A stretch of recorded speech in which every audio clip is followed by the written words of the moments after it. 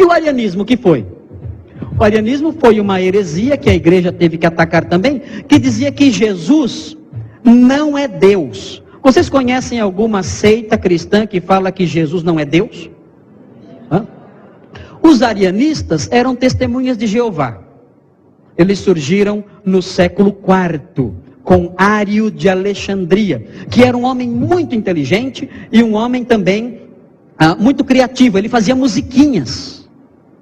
Por exemplo, uma das máximas de Ário era que houve um tempo em que o filho não era. Ou seja, houve um tempo em que o filho não existia. O filho foi gerado. Se ele foi gerado, houve um tempo em que ele não existia. Ele é uma criatura gerada por Deus. Ário dizia isso. E fazia musiquinhas. Em Alexandria, as pessoas cantavam as musiquinhas de Ário na rua. Hoje, teologia é discutida nos seminários e nas igrejas. Antigamente, teologia era discutida na rua. As pessoas no dia a dia, ali no mercado, nas praças, nas ruas, discutiam teologia. Pessoas comuns como nós falavam sobre esses assuntos. E Ário fez com que as suas musiquinhas fossem cantadas na rua. Houve um tempo em que o verbo não foi, houve um tempo em que o verbo não era, e eles cantavam músicas com essas letras arianas. Ário foi condenado no concílio de Niceia, no ano 325, que rejeitou as ideias dele, dizendo, não, olha, se Jesus não é Deus, se ele foi criado e não é divino, então o sacrifício dele não foi infinito. E se o sacrifício dele não foi infinito, então não foi suficiente para nos salvar. Então, em Niceia, afirmaram que Jesus não foi criado, mas ele é Deus eternamente. Mas ele não é filho? Ele é filho ou não é? É? Ele é filho. Ele não é o filho unigênito. O que é unigênito? O único gerado. A Bíblia fala isso. Que ele é Deus, a Bíblia fala assim, ó, o Deus unigênito. Ou seja, o Deus único gerado. Como é que pode Deus ser gerado? O concílio de Niceia disse o seguinte, olha, ele é eternamente gerado. Entenderam? Não? Ninguém nunca entendeu. É uma expressão que é usada já há 1700 anos, mas ninguém sabe explicar isso. Mas Jesus é Deus unigênito, eternamente gerado. É o mistério da cristologia que Ário não aceitou e por isso foi condenado como herege. E o nestorianismo, o que foi? O nestorianismo dizia que Jesus era duas pessoas. Uma hora ele era Deus, outra hora ele era humano. Então, quando ele tinha sede, o que ele era? Humano ou divino? Humano. Quando ele fazia o mar se acalmar, o que ele era? Deus. Aí ele se cansava e dormia. Quando ele dormia, o que ele era? Aí ele perdoava pecados. Quando ele fazia isso, o que ele era? Divino. O nestorianismo fez essa divisão em Jesus. Isso está errado. Isso está errado. Jesus é Deus homem. Então, quem sentia sede? Deus homem. Mas Deus não sente sede? Deus sentiu sede. Quem morreu na cruz? Foi a parte humana ou a parte divina? Deus homem morreu na cruz. Não dá para separar. Se foi só o homem, o sacrifício não valeu nada. Deus homem morreu na cruz. Maria é mãe de Deus ou mãe de Jesus?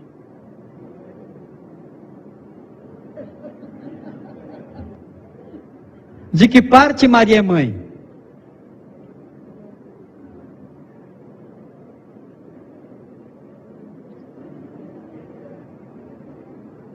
Essa foi a questão do concílio de Constantinopla, foi discutir essa questão. Porque Nestor, ele disse assim, Maria é Theotokos. Theotokos significa mãe de Deus. Não, ele disse, Maria é Christotokos, mãe de Cristo. E os teólogos de Constantino, é Nestor? Então é Éfeso. Os teólogos de Éfeso disseram, Maria é Theotokos, ela é mãe de Deus, do Deus homem. Depois pegaram essa expressão e enalteceram Maria. Mas essa expressão é correta, teologicamente. Maria é mãe de Deus. É correto isso. Teologicamente, tecnicamente, está correto. Não é bom falar, porque isso gera confusão. Mas tecnicamente está correto. Maria é mãe, quem estava lá na barriga dela é Deus. Deus encarnado.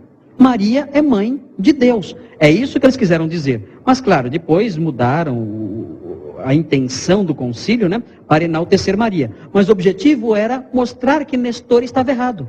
Então o concílio de Éfeso condenou Nestor. E disse não, Jesus é Deus homem, não pode separar as duas naturezas. Isso aconteceu no ano 431. Tem também o apolinarismo, que dizia que Jesus era mais divino do que humano, que a parte espiritual de Jesus era divina. Por exemplo, a nossa alma é divina ou humana? Nossa alma. Nossa alma é humana. A alma de Jesus era divina ou humana? A alma dele.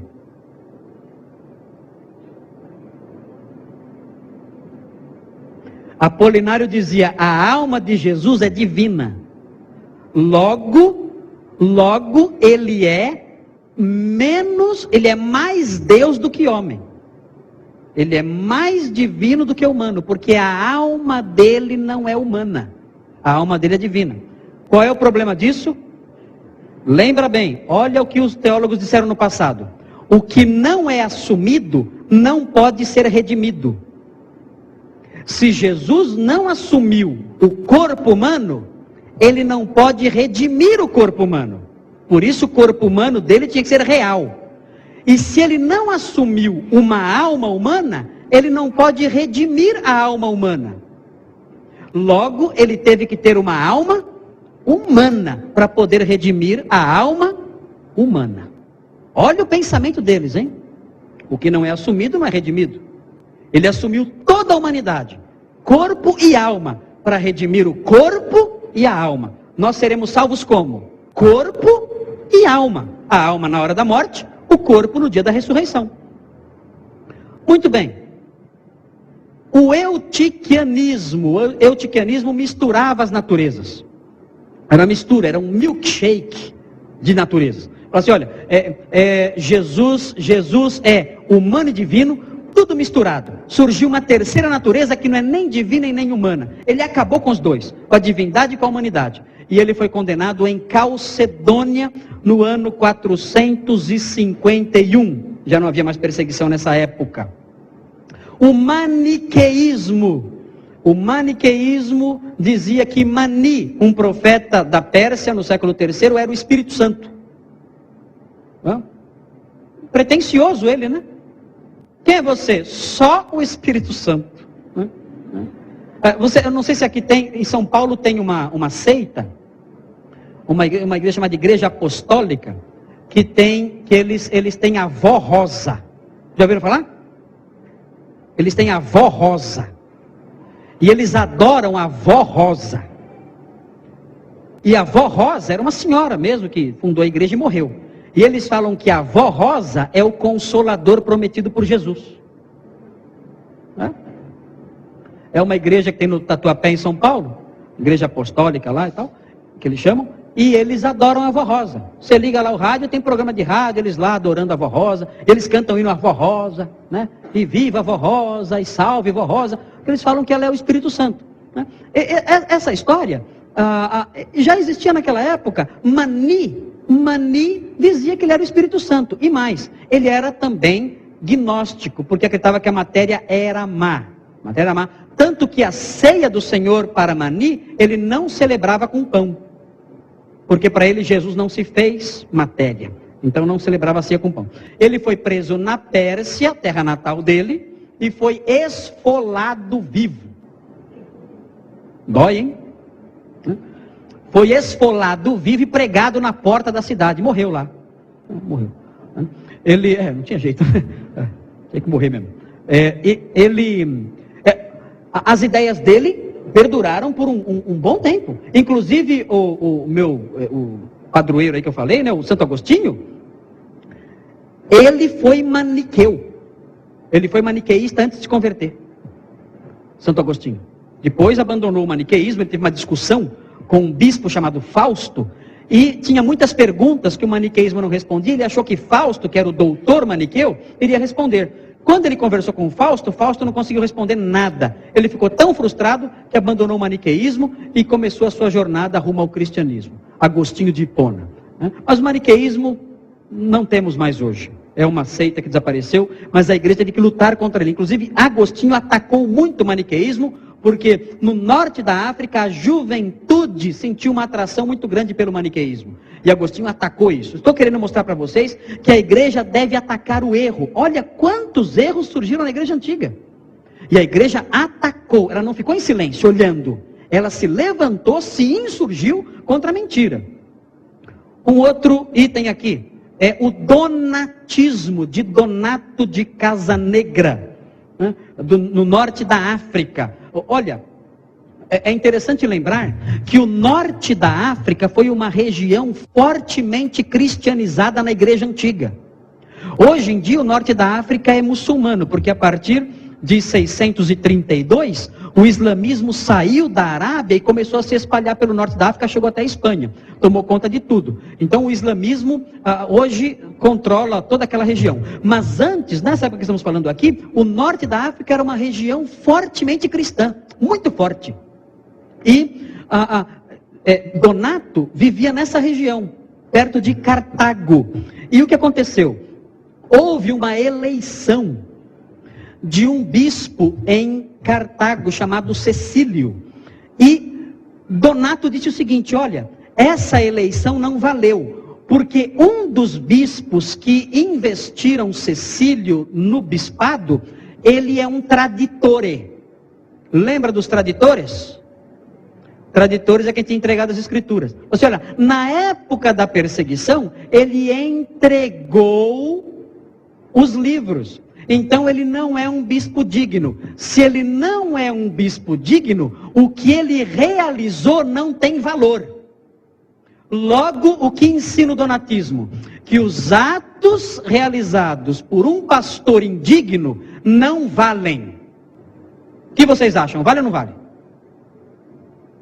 Perguntar para vocês. Você é batizado pelo pastor João. E descobre depois de 5 anos que o pastor João, quando batizou você, tinha uma amante. O seu batismo valeu ou não valeu? Valeu ou não valeu? Ele estava em pecado, tinha outra família, descobriram, a casa caiu, foi uma bagunça, e descobriram isso depois que ele te batizou. Valeu? Valeu. Donato dizia: não valeu. Não valeu. Quais são os outros atos de um pastor? Ceia, casamento. E dizia: olha, se o pastor estiver em pecado, for indigno, nenhum dos seus atos valem. Você imaginou? Casamento. Quem casou aí em alguma igreja antibíblica, o casamento não está valendo. E uma série de outras coisas. Donato dizia isso, e as igrejas donatistas cresceram tanto, vocês não têm noção. O donatismo tomou conta do norte da África. O grande inimigo do donatismo, adivinha quem foi? Quem foi? Agostinho de Hipona, de novo. Agostinho foi o maior teólogo da antiguidade. Grande teólogo da antiguidade, Agostinho de Hipona. E ele se insurgiu contra o donatismo e acabou com o donatismo. Tanto que depois de Agostinho, as igrejas donatistas se enfraqueceram, né? Não tiveram mais a força que tinham antes. Ele disse o seguinte, olha que interessante, ele falou assim: olha, os sacramentos, como eles chamavam, né, batismo, ceia, eles trabalham, eles operam ex opere operato. O que significa isso? Os sacramentos trabalham ex opere operato. O que significa? Significa que eles têm validade por si só, independentemente do oficiante. Então a ceia tem valor independentemente de quem a ministra. O batismo tem valor independentemente de quem o ministra. Então Agostinho escreveu sobre isso, atacou o donatismo e venceu o donatismo também. Mas vejam quantas mentiras surgiram na igreja antiga. A última aqui que está viva até hoje. Pelagianismo. O que é o pelagianismo? O pelagianismo está vivo e ativo. É de um monge chamado Pelágio, que era um monge britânico. Ele foi até Roma e ele ficou assustado com uma coisa que ele ouviu. Agostinho, de novo, tinha escrito uma frase. E a frase era assim: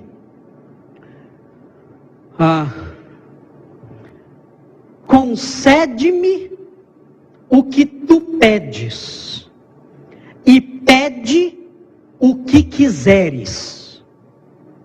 Entenderam a frase? Vou repetir. Concede-me o que tu pedes, e pede o que quiseres. O que Deus pede da gente? Fé, obediência, santidade. Agostinho falava assim: Senhor, concede-me o que tu pedes. O Senhor não pede para eu ser obediente? Então me dê obediência. O Senhor não pede para eu ter fé? Então me dê fé. O Senhor não pede para eu ter amor? Então me dê amor. O Senhor não pede para eu ter santidade? Então me dê santidade. Concede-me o que tu pedes, e pede o que quiseres. Quando Pelágio escutou isso, ele quase morreu de raiva. Falou: nada disso. Isso tira a responsabilidade do homem. Deus fala: seja obediente. Eu falo: tá bom, então me faz ser obediente. E eu não faço nada. Eu perco a responsabilidade. Pelágio disse então: olha, você quer saber? Qualquer um pode obedecer a Deus sem que Deus conceda isso. Você pode obedecer a Deus sem que nunca Deus te ajude. O que vocês acham? Certo ou errado? Ele disse assim: olha, o homem nasce livre. E se ele quiser, ele pode viver sem pecar. É só ele querer. E sem Deus ajudar. Ele vive sem pecar, sem Deus ajudar. E é uma questão de decisão dele. Ele tem o livre arbítrio. Decidir. Faz. Certo? Amém? Errado. Agostinho, mais uma vez, o grande herói Agostinho, se levantou, se insurgiu contra o pelagianismo e disse: olha, nós temos sim que ser responsáveis, nós temos sim que lutar pela santidade, mas no final de tudo, temos que reconhecer que quem concedeu aquilo pelo que lutamos foi Deus. É a graça dele que nos faz viver a vida cristã. Sem a graça dele é impossível obedecer, é impossível amar, é impossível crer. Agostinho ensinou a doutrina da graça. Sem a graça, não há como viver a vida cristã. E aí, ele garantiu então a vitória sobre Pelágio, e as ideias dele permaneceram, pelo menos durante o seu tempo, sendo ressuscitadas depois na Reforma Protestante. Então, o que nós temos aí são exemplos